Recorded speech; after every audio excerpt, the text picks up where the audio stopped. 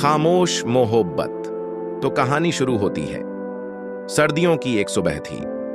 Kong जून, जो अपने समय के सबसे प्रसिद्ध लेखकों में से एक थे, अपनी खिड़की के पास बैठे थे। उनके पास प्रशंसकों के पत्रों का ढेर लगा हुआ था। हर दिन उन्हें सैकड़ों पत्र मिलते थे, लेकिन उनमें से ज्यादातर साधारण प्रशंसा से भरे होते। कांग जून आमतौर पर इन पत्रों को ज्यादा ध्यान से नहीं पढ़ते थे, लेकिन उस दिन कुछ अलग हुआ। उस ढेर में एक पत्र ऐसा था जिसने उनका ध्यान खींच लिया। वह साधारण कागज पर हाथ से लिखा गया था। कागज की सादगी और लिखावट में गहराई थी। यह पत्र किसी बड़े पते या नाम के बिना केवल आपके एक सच्चे पाठक की ओर से लिखा गया था।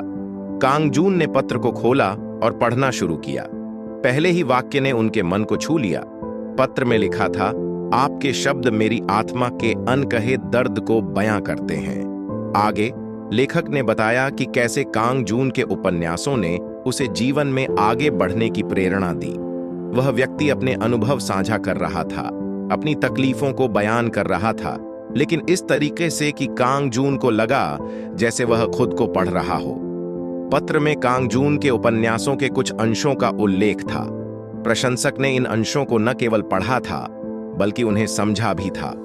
उसने उन पंक्तियों के बारे में लिखा, जब आपने लिखा कि हर आत्मा का एक अधूरा कोना होता है, मैंने महसूस किया कि आप मेरी कहानी जानते हैं। कांग जून को यह जानकर हैरानी हुई कि उनका लेखन किसी के लिए इतना महत्वपूर्ण हो सकता है।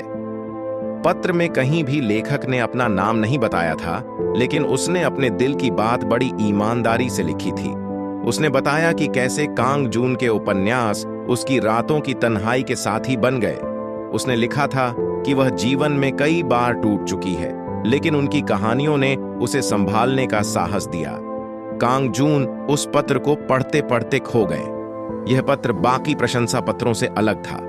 इसमें न कोई तारीफ भरी अतिशयोक्ति थी, न ही कोई अजीब मांग। यह एक सच्चा, ईमानदार और भावनात्मक पत्र था। पत्र पढ़ने के बाद कांग जून ने उसे अपने बाकी पत्रों से अलग रख दिया।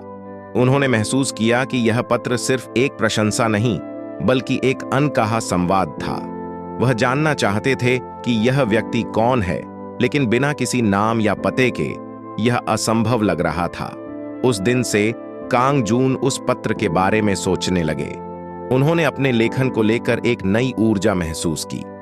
उन्हें एहसास हुआ कि उनकी कहानियां केवल मनोरंजन नहीं, बल्कि किसी के जीवन का सहारा बन सकती हैं। यह अनाम पत्र कांग जून की जिंदगी का एक नया अध्याय बन गया। यह उनके लेखन के पीछे की प्रेरणा और उनके पाठकों के साथ उनके गहरे संबंध की याद दिलाता रहा। हाना एक साधारण लड़की थी जो छोटी सी लाइब्रेरी में काम करती थी। उसकी जिंदगी बहुत शांत और सरल दिखती थी, लेकिन उसके भीतर का संसार बहुत अलग था। वह हमेशा से अंतर्मुखी थी। लोगों से बात करना उसे कठिन लगता था और अपनी भावनाएं व्यक्त करना उसके लिए और भी मुश्किल। उसकी असली दुनिया किताबों में बसती थी। हाना को पढ़ने का शौक था और यही उसका सबसे बड़ा सहारा था। हर दिन वह लाइब्रेरी की पुरानी लकड़ी की अलमारियों के बीच किताबों के पन्ने पलटती रहती। एक लेखक के प्रति उसका विशेष लगाव था, कांग जून। उनकी कहानियां हाना के लिए किसी जादू से कम नहीं थीं। कांग जून की किताबों में वह सब पाती थी जो उसकी असल जिंदगी में नहीं था, साहस, उम्मीद और प्यार। उनकी कहानियों के पात्र ऐसे लगते थे जैसे वे सीधे उसके दिल की बात कह रहे हों। उनकी किताबें पढ़ते वक्त वह अपनी सभी चिंताओं और दुखों को भूल जाती। वह कहानियों में इस तरह खो जाती कि समय का पता ही नहीं चलता। हाना की जिंदगी में परेशानी सिर्फ बाहरी दुनिया से नहीं थी, उसका अतीत भी उसकी आत्मा पर बोझ बन चुका था। कुछ पुराने अनुभव उसे बार बार परेशान करते थे और वह उनसे भागने की कोशिश में किताबों की शरण लेती थी। जब भी वह खुद को कमजोर महसूस करती, वह कांग जून की किताबें पढ़ने बैठ जाती। कांग जून के शब्द उसके लिए किसी मरहम की तरह थे। उनकी कहानियों में उसे वह साहस मिलता जिसकी उसे सख्त जरूरत थी। उनकी किताबों में अक्सर लिखा होता, हर मुश्किल का एक अंत होता है अगर हम खुद को टूटने न दें। हाना इस वाक्य को बार बार पढ़ती और अपने भीतर एक नई शक्ति महसूस करती। हाना की रोजमर्रा की जिंदगी में बहुत ज्यादा बदलाव नहीं होते थे, वह सुबह लाइब्रेरी जाती, किताबों के बीच दिन बिताती और रात में वापस अपने छोटे से अपार्टमेंट में लौट आती। लेकिन उसके भीतर एक बदलाव जरूर हो रहा था। हर बार जब वह कांग जून की किताबें पढ़ती तो वह खुद को थोड़ा और मजबूत महसूस करती। उसने कांग जून को एक पत्र लिखने की भी सोची, लेकिन उसकी झिझक ने उसे रोक दिया। वह सोचती थी, क्या मेरा पत्र उनके लिए कोई मायने रखेगा? फिर भी उसने मन ही मन फैसला किया कि वह कांग जून से एक दिन जरूर मिलेगी। हाना के लिए कांग जून की कहानियां सिर्फ मनोरंजन नहीं थीं, वे उसकी आशा थीं, उसकी प्रेरणा थीं। उन कहानियों ने उसे पलायन का रास्ता दिया था, उस दुनिया से जहां उसे समझा नहीं गया, उस जगह तक जहां वह खुद को थोड़ा सा समझ पाती थी। हाना का यह पलायन असल में उसकी आत्मा का सफर था। यह सफर उसे अपने दुखों से दूर ले जा रहा था और शायद किसी दिन उसे उस शांति तक ले जाए जिसकी वह हमेशा से तलाश कर रही थी। शहर के बीचों बीच एक बड़ा पुस्तक मेला लगा था। चारों तरफ किताबों के रंग बिरंगे स्टॉल सजे हुए थे। भीड़ में हर उम्र के लोग दिख रहे थे। कुछ नए उपन्यास खरीदने आए थे तो कुछ अपनी पसंदीदा कहानियों के लेखक से मिलने की उम्मीद में। इसी मेले में हाना भी आई थी। हाना के लिए यह मेला एक सपने जैसा था। किताबों की खुशबू और उनका माहौल उसे हमेशा अपनी तरफ खींचता था। वह धीरे धीरे हर स्टॉल पर जाती और किताबों को देखती। उसका ध्यान सबसे ज्यादा कांग जून के नए उपन्यास के स्टॉल पर था। वह सोच रही थी कि उनकी नई किताब खरीद ले, लेकिन उसकी झिझक ने उसे रोक दिया। दूसरी तरफ कांग जून भी मेले में मौजूद थे। उन्होंने सोचा था कि भीड़ में वह बिना पहचाने आराम से घूम सकेंगे। वे अपनी किताबों और पाठकों से जुड़े पलों को नजदीक से देखना चाहते थे। आम कपड़ों में बिना किसी पहचान के वह भीड़ में चलते फिरते किताबों को देखते हुए आगे बढ़ रहे थे। हाना उसी वक्त कांग जून की नई किताब के स्टॉल पर खड़ी थी। उसने किताब उठाई और उसे पलटने लगी। वह उसकी पहली पंक्तियां पढ़ रही थी जब अचानक उसे महसूस हुआ कि कोई पीछे से देख रहा है। उसने पलट कर देखा। यह कांग जून थे, लेकिन वह उन्हें पहचान नहीं पाई। कांग जून ने हाना को किताब पढ़ते हुए देखा और उनकी उत्सुकता बढ़ गई। उन्होंने उसकी आंखों में सच्ची रुचि और किताबों के प्रति प्यार देखा। हिम्मत जुटाकर उन्होंने पूछा, क्या यह किताब आपको पसंद है? हाना ने थोड़ा संकोच करते हुए जवाब दिया, जी हां, मैं इसे पढ़ने का इंतजार कर रही थी। कांग जून मेरे पसंदीदा लेखक हैं। कांग जून यह सुनकर मुस्कुरा दिए, लेकिन उन्होंने अपनी पहचान नहीं बताई। उन्होंने मजाक में कहा, अगर वे आपके सामने खड़े हों तो आप उनसे क्या कहेंगी?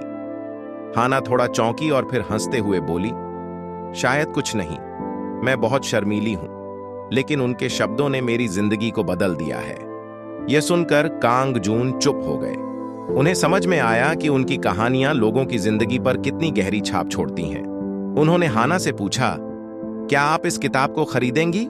हाना ने सिर हिलाया और धीरे से कहा, हां, लेकिन मैं पहले अपने बजट का ध्यान रखती हूं। कांग जून ने बिना उसे बताए स्टॉल वाले से कहा कि यह किताब उनके खाते में जोड़ दी जाए।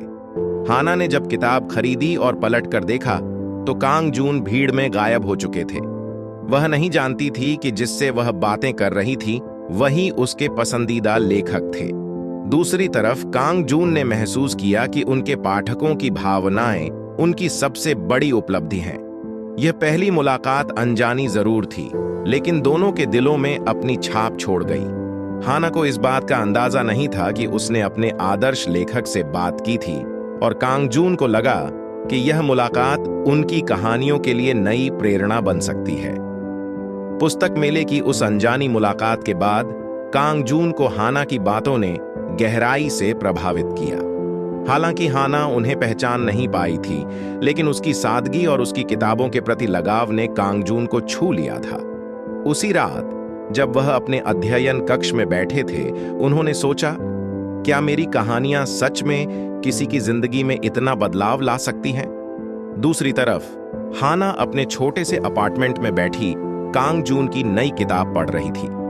किताब में लिखे हर शब्द ने उसके दिल को छुआ। वह उन भावनाओं को महसूस कर रही थी जिन्हें उसने कभी किसी से साझा नहीं किया था।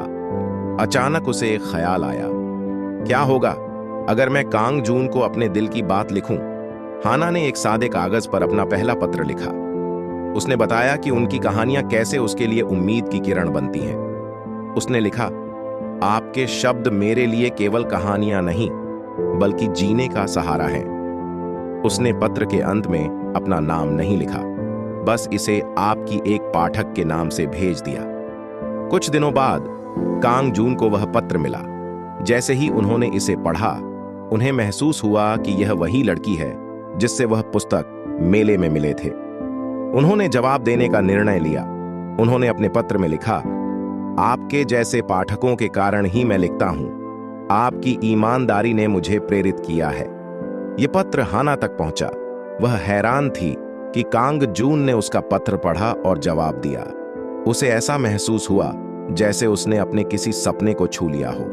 हाना ने तुरंत दूसरा पत्र लिखा। इस बार उसने अपनी जिंदगी के बारे में थोड़ा और बताया। उसने अपने डर, अपनी इच्छाएं और अपनी किताबों के प्रति भावनाएं साझा की। धीरे धीरे यह पत्रों का सिलसिला बढ़ने लगा। कांग जून और हाना के बीच एक ऐसा पुल बन गया जो शब्दों से जुड़ा हुआ था। वे एक दूसरे से कभी मिले नहीं थे, लेकिन उनके शब्दों ने दोनों की जिंदगियों को बदल दिया था। कांग जून ने हाना के पत्रों में उसकी सादगी और गहराई देखी। वह समझ गए कि हाना केवल उनकी किताबों की प्रशंसक नहीं, बल्कि एक ऐसी आत्मा थी जो जीवन के संघर्षों से गुजरते हुए अपनी ताकत ढूंढ रही थी। हाना को भी कांग जून के पत्रों से नया उत्साह मिलता। उनके शब्द उसे यह एहसास दिलाते कि वह अकेली नहीं है। इन पत्रों के माध्यम से कांग जून और हाना ने एक दूसरे की जिंदगियों में राहत और प्रेरणा पाई।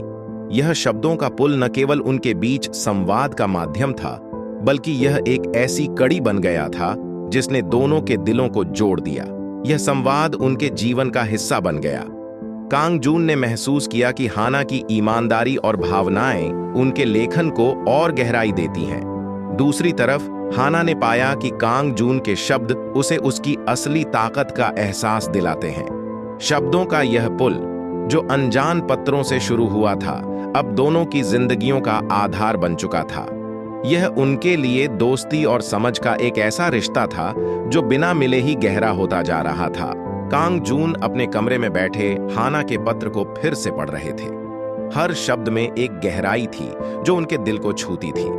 हाना के शब्दों में उसे एक ऐसा आईना दिखता था जिसमें वह खुद को देख सकते थे। उनके उपन्यासों में जो भावनाएं, संघर्ष और आशाएं थीं, वे सब हाना के जीवन का हिस्सा लगती थीं। एक दिन जब कांग जून ने हाना के नए पत्र को पढ़ा तो उनके भीतर एक सवाल उठने लगा। उन्होंने पत्र में लिखा था, जब आप लिखते हैं कि हर दिल को उसकी अधूरी कहानी पूरी करनी होती है, तो मुझे लगता है कि यह पंक्ति मेरे लिए लिखी गई थी। यह पढ़ते ही कांग जून को ऐसा महसूस हुआ जैसे वह पंक्ति सच में हाना के लिए ही थी। धीरे धीरे कांग जून को एहसास होने लगा कि हाना केवल उनकी पाठक नहीं है, वह वही लड़की है जिसे उन्होंने पुस्तक मेले में देखा था, वही जिसने उनकी किताब को इतने ध्यान से पढ़ा था। वह उसकी सादगी और उसकी आंखों में छिपी कहानियों को नहीं भूल सके थे। कांग जून के उपन्यास अक्सर उनकी जिंदगी के अनुभवों और उनके आसपास के लोगों से प्रेरित होते थे।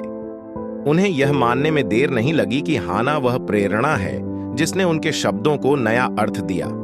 उनकी हाल की कहानियां, जिनमें आत्मा की गहराई और भावनाओं की ईमानदारी थी, वह सब हाना के जीवन के प्रतिबिंब जैसे लगने लगे। इस एहसास ने कांग जून को बेचैन कर दिया। उन्होंने सोचा, क्या यह मुमकिन है कि हाना को मेरी कहानियों में खुद की झलक मिलती है, इसलिए वह उनसे इतनी जुड़ी हुई है? उनके लिए यह सोचकर लिखना अब और भी चुनौतीपूर्ण हो गया।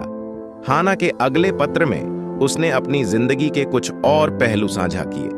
उसने लिखा, आपकी किताबें मुझे मेरे डर से लड़ने की ताकत देती हैं। मुझे ऐसा लगता है जैसे आप मेरी कहानी जानते हैं। कांग जून को यह पढ़कर यकीन हो गया कि हाना वह लड़की है जो उनकी कहानियों का असली स्रोत है। उन्होंने खुद से पूछा, क्या मुझे हाना को यह बताना चाहिए कि मैं उसे पहचान चुका हूं? लेकिन वह डरते थे कि इससे उनका यह अनोखा रिश्ता कहीं खत्म न हो जाए। उन्होंने फैसला किया कि वह तब तक कुछ नहीं कहेंगे जब तक वह खुद हाना से आमने सामने मिलकर बात न कर लें।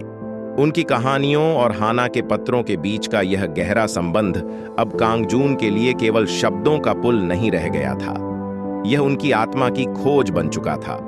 वह जानना चाहते थे कि हाना को वह शक्ति और उम्मीद कैसे दे सकते हैं जो वह उनकी केवल एक पाठक नहीं है, वह उनकी प्रेरणा है, उनकी कहानियों की आत्मा। और यह सच धीरे धीरे उनकी जिंदगी को बदलने वाला था। अब उनकी कलम केवल कहानियां नहीं लिख रही थी, बल्कि उन भावनाओं को उकेर रही थी जो उनके और हाना के बीच के इस अनजाने रिश्ते को संजीदा बना रही थी। कांगजून और हाना के बीच शब्दों का पुल भले ही मजबूत था, लेकिन उनके जीवन की सच्चाइयां धीरे धीरे उनकी इस अनकही कहानी के रास्ते में दीवार बन रही थीं। कांगजून एक प्रसिद्ध लेखक थे। उनकी किताबें बेस्ट सेलर थीं और वह हर जगह चर्चा में रहते थे। उनका दिन इंटरव्यू, साइनिंग इवेंट्स और नई कहानियों पर काम करने में बीतता था। वह जितने मशहूर थे, उनकी जिंदगी उतनी ही व्यस्त और कभी-कभी अकेली भी थी। वे भले ही लाखों लोगों से जुड़े होते, लेकिन उनकी असली भावनाएं उनके भीतर कहीं दबी रहती थीं। दूसरी तरफ हाना की जिंदगी बिल्कुल अलग थी। वह एक छोटी लाइब्रेरी में काम करती थी और किताबों में अपने जीवन की खुशी ढूंढती थी। उसकी साधारण सी दुनिया में कांगजून का प्रसिद्ध भरा जीवन किसी सपने जैसा था जो उसकी हकीकत से बहुत दूर था। जब भी हाना कांगजून के पत्र पढ़ती, उसे एक अजीब सी बेचैनी होती। उसे लगता था कि वह उनकी दुनिया का हिस्सा नहीं बन सकती। उसने एक बार पत्र में लिखा, आपकी दुनिया मेरी दुनिया से बहुत अलग है। मैं शायद कभी उस ऊंचाई तक नहीं पहुंच पाऊंगी जहां आप हैं। कांगजून ने यह पत्र पढ़कर महसूस किया कि हाना की इस सोच ने उनके रिश्ते में एक अदृश्य दीवार खड़ी कर दी है। उन्होंने जवाब दिया, हमारी दुनिया भले ही अलग हो, लेकिन हमारे शब्दों ने हमें जोड़ा है। यह रिश्ता किसी भी सीमा से परे है। लेकिन यह आश्वासन भी हाना की अनिश्चितता को कम नहीं कर सका। वह जानती थी कि कांगजून को उनके फैंस, मीडिया और उनकी जिंदगी की जिम्मेदारियों से समय मिलना मुश्किल है। वह खुद को उनकी जिंदगी में एक छोटी सी जगह भी देने से झिझकती थी। कांगजून भी इस दीवार को महसूस कर रहे थे। उन्होंने जाना कि उनकी प्रसिद्धि ने हाना को उनसे दूर कर दिया है। वे सोचने लगे, क्या मेरा यह नाम और यह शोहरत हमारी भावनाओं को कमजोर कर रही है? उनके दिल में हाना के लिए गहरा लगाव था, लेकिन वह उसे यह यकीन दिलाने में नाकाम हो रहे थे कि उनके रिश्ते की गहराई किसी भी बाहरी चीज से ज्यादा महत्वपूर्ण है। हाना ने धीरे धीरे पत्र लिखना कम कर दिया। कांगजून को इसका एहसास हुआ, लेकिन वह उसे बाध्य नहीं करना चाहते थे। उन्होंने अपने अगले पत्र में लिखा, मैं जानता हूं कि हमारे बीच की यह दूरी तुम्हारे लिए कठिन है, लेकिन याद रखना, मेरे शब्द हमेशा तुम्हारे लिए हैं, चाहे मैं कहीं भी रहूं। ये दूरी की दीवार कांगजून और हाना के रिश्ते में एक कड़वी सच्चाई बन गई थी। वे एक दूसरे से जुड़े रहना चाहते थे, लेकिन उनकी अलग अलग दुनिया उन्हें हर बार अलग खींच लेती थी।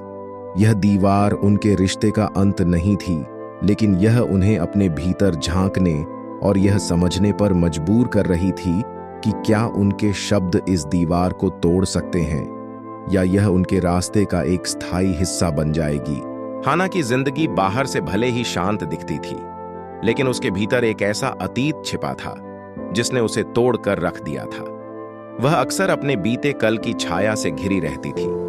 यह छाया उसकी आत्मविश्वास की कमी, उसकी झिझक और लोगों से दूर रहने की आदत में साफ झलकती थी। हाना के बचपन में ऐसे हालात रहे थे जिन्होंने उसे यह यकीन दिला दिया था कि वह किसी के लिए खास नहीं हो सकती। परिवार के संघर्ष, समाज के ताने और अपने खुद के डर उसे लगातार घेरते रहते थे। जब भी वह अपने अतीत के बारे में सोचती, उसे ऐसा लगता जैसे वह उस अंधेरे में फिर से खो जाएगी।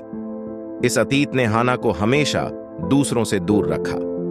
कांगजून के साथ उसके पत्रों के जरिए जुड़ने के बावजूद वह अपनी इन भावनाओं को उनसे साझा करने से डरती थी। उसे लगता था कि अगर वह अपनी सच्चाई बताएगी तो कांगजून उससे दूर हो जाएंगे। लेकिन चीजें हमेशा छिपी नहीं रह सकती। एक दिन हाना का पत्र पढ़ते हुए कांगजून को उसकी लिखावट में कुछ बदला हुआ लगा। हाना ने लिखा था, कभी कभी मुझे लगता है कि मैं इस दुनिया का हिस्सा बनने के लायक नहीं हूं। ये शब्द कांग जून को बेचैन कर गए। उन्होंने जवाब में लिखा, हर इंसान खास होता है, हाना। तुम्हारे शब्द मुझे यह बताते हैं कि तुम्हारे भीतर एक ऐसी खूबसूरती है जो शायद तुम खुद नहीं देख पा रही हो। इसके बाद कांग जून ने हाना से उसके अतीत के बारे में पूछने का साहस जुटाया। हाना ने पहले तो कुछ भी बताने से इनकार कर दिया, लेकिन धीरे धीरे उसने अपने दिल का बोझ हल्का किया। उसने बताया कि कैसे उसकी जिंदगी में हमेशा से अकेलापन और आत्मसंदेह रहा है। कांग जून ने यह सब सुनकर महसूस किया कि हाना को उसकी जरूरत है। उन्होंने उससे कहा, तुम्हारा अतीत तुम्हें परिभाषित नहीं करता। जो तुम आज हो वही असली तुम हो। तुम्हारी ताकत और तुम्हारी सच्चाई तुम्हारे शब्दों में है और यही तुम्हारी असली पहचान है। कांग जून ने हाना को सहारा देने की पूरी कोशिश की। वह न केवल अपने शब्दों से बल्कि अपने धैर्य और समझ से भी उसे संभालते रहे। उन्होंने उसे यकीन दिलाया कि वह अकेली नहीं है।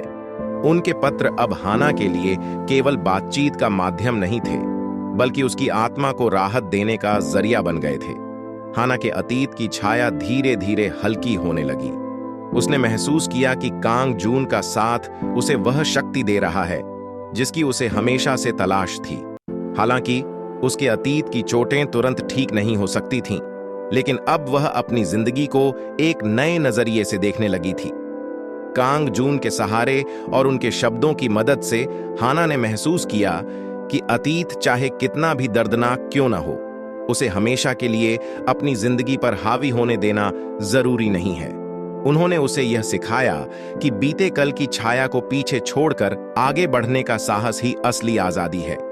हाना और कांग जून की मुलाकात एक ऐसे मोड़ पर हुई थी जब दोनों के जीवन में अकेलापन और डर ने घर बना लिया था। हाना, जिसने अपने परिवार को खोने का गम सहा था, अपने भीतर एक खालीपन महसूस करती थी। कांग जून, जिसने अपनी मां को खोया था, खुद को दूसरों से दूर कर चुका था। दोनों ने अपने दिलों को एक दीवार के पीछे छुपा रखा था, लेकिन समय के साथ जब उन्होंने एक दूसरे के साथ समय बिताया तो उनके बीच एक अनकहा जुड़ाव महसूस हुआ। हाना को कांग जून की आंखों में अपनापन दिखता था और कांग जून को हाना की मुस्कान में सुकून महसूस होता था। एक दिन जब वे एक शांत झील के किनारे बैठे थे, कांग जून ने हिम्मत जुटाई और कहा, हाना, मैं जानता हूं कि हमने बहुत कुछ खोया है, लेकिन क्या तुमने कभी सोचा है कि शायद हम एक दूसरे के सहारे अपने डर और असुरक्षाओं से लड़ सकते हैं? हाना ने उसकी बात पर ध्यान दिया। उसने महसूस किया कि वह पहली बार किसी के सामने अपने दिल की बात कहने से डर नहीं रही थी। उसने धीरे से कहा, कांग जून, मैं हमेशा अकेले ही अपने दर्द को सहने की कोशिश करती रही, लेकिन तुम्हारे साथ मुझे लगता है कि शायद मैं इसे बांट सकती हूं। उनकी यह बातचीत उनके रिश्ते का एक नया अध्याय थी। उन्होंने महसूस किया कि साथ रहने से उनकी असुरक्षाएं और डर कम हो सकते हैं। कांग जून ने कहा, हाना, मैं यह नहीं कहता कि हमें सब कुछ अभी ठीक करना होगा, लेकिन अगर हम साथ चलें तो शायद रास्ता थोड़ा आसान हो जाए। हाना ने उसकी ओर देखा और मुस्कुराई। उसकी मुस्कान में अब डर नहीं बल्कि उम्मीद थी। उसने कहा, ठीक है कांग जून, हम साथ चलेंगे, लेकिन वादा करो अगर कभी रास्ता मुश्किल हो तो हम एक दूसरे का हाथ नहीं छोड़ेंगे। कांग जून ने सिर हिलाते हुए कहा, यह मेरा वादा है, हम हर चुनौती का सामना साथ करेंगे। उनका यह वादा केवल शब्दों तक सीमित नहीं था। उन्होंने अपने दिल की दीवारों को गिराकर एक दूसरे के लिए जगह बनाई। हाना ने अपनी कला को फिर से अपनाने का निर्णय लिया और कांग जून ने अपनी मां की यादों को अपनी ताकत बनाया। वे जानते थे कि आगे का सफर आसान नहीं होगा, लेकिन अब उनके पास एक दूसरे का सहारा था। उन्होंने महसूस किया कि जीवन में कठिनाइयों का सामना करना अकेले मुश्किल होता है, लेकिन जब कोई साथ हो तो हर डर को हराया जा सकता है। सोंग्येरी के शांत वातावरण में हाना और कांग जून ने एक नई शुरुआत की। उनका साथ एक दूसरे के लिए सिर्फ सहारा नहीं था, बल्कि उम्मीद और हिम्मत का प्रतीक बन गया था। हाना और कांग जून की कहानी उनकी व्यक्तिगत लड़ाई और साझा सपनों की कहानी थी। दोनों ने अपनी अपनी जिंदगी में दुख और अकेलेपन का सामना किया था, लेकिन उनकी मुलाकात और जुड़ाव ने उन्हें इस दर्द से उबरने का नया रास्ता दिखाया। जब दोनों ने सोंगेरी के शांत गांव में साथ समय बिताना शुरू किया तो उनकी बातचीत उनके दिलों के दरवाजे खोलने लगी। हाना, जो अपनी कला से दूर हो गई थी, कांग जून की बातों से प्रेरित होकर फिर से रंगों और ब्रश के साथ खेलना चाहती थी। वहीं कांग जून, जिसने अपनी मां को खोने के बाद खुद को दुनिया से अलग कर लिया था, हाना के साथ रहते हुए अपनी भावनाओं को स्वीकारना सीख रहा था। एक दिन वे दोनों पहाड़ों के बीच स्थित एक छोटे से घर के लिए योजनाएं बनाने लगे। कांग जून ने हाना से कहा, हम एक ऐसा घर बनाएंगे जहां हर दीवार पर तुम्हारी कला के रंग बिखरे होंगे, और वह घर ऐसा होगा जहां हर सुबह सूरज की पहली किरण हमें नई शुरुआत की याद दिलाएगी। हाना ने मुस्कुराते हुए जवाब दिया, और उस घर के आंगन में हम ढेर सारे पौधे लगाएंगे।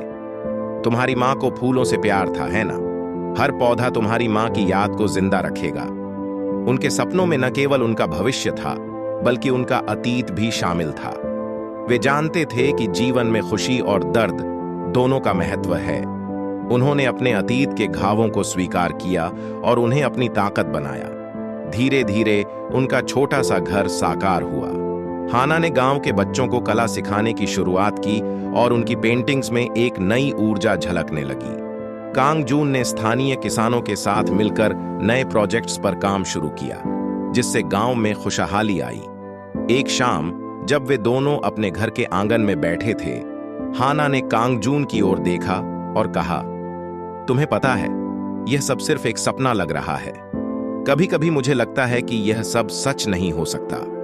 कांग जून ने उसकी बात सुनकर उसके हाथ थामे और कहा, हाना, यह सब सच है और यह हमारे विश्वास और मेहनत का नतीजा है। हमने जो सपना देखा था वह अब हमारी हकीकत बन चुका है। उनके जीवन की यह नई शुरुआत उनकी मजबूत दोस्ती और प्यार का प्रतीक बन गई। अब उनके दिल, जो कभी कागज की तरह नाजुक और टूटने के कगार पर थे, एक दूसरे की ताकत बन गए थे। इस तरह सोंगेरी के शांत गांव में हाना और कांग जून ने एक नई कहानी लिखी। ये कहानी न केवल उनके प्यार की थी, बल्कि जीवन की चुनौतियों को साथ मिलकर पार करने की भी थी। उनका मिलन कागजी दिलों का नहीं, बल्कि मजबूत सपनों और साझा भावनाओं का था। दोनों ने जीवन में खुशी को फिर से पाया और एक दूसरे के साथ अपनी कहानी को खूबसूरती से पूरा किया। यह अंत नहीं था, बल्कि उनके जीवन की एक नई शुरुआत थी, जहां हर दिन प्यार, सपनों और हौसले से भरा था। आपको कहानी कैसी लगी? कमेंट में जरूर बताना। इसी तरह की प्यार भरी स्टोरी देखने के लिए वीडियो को लाइक और चैनल को सब्सक्राइब करें।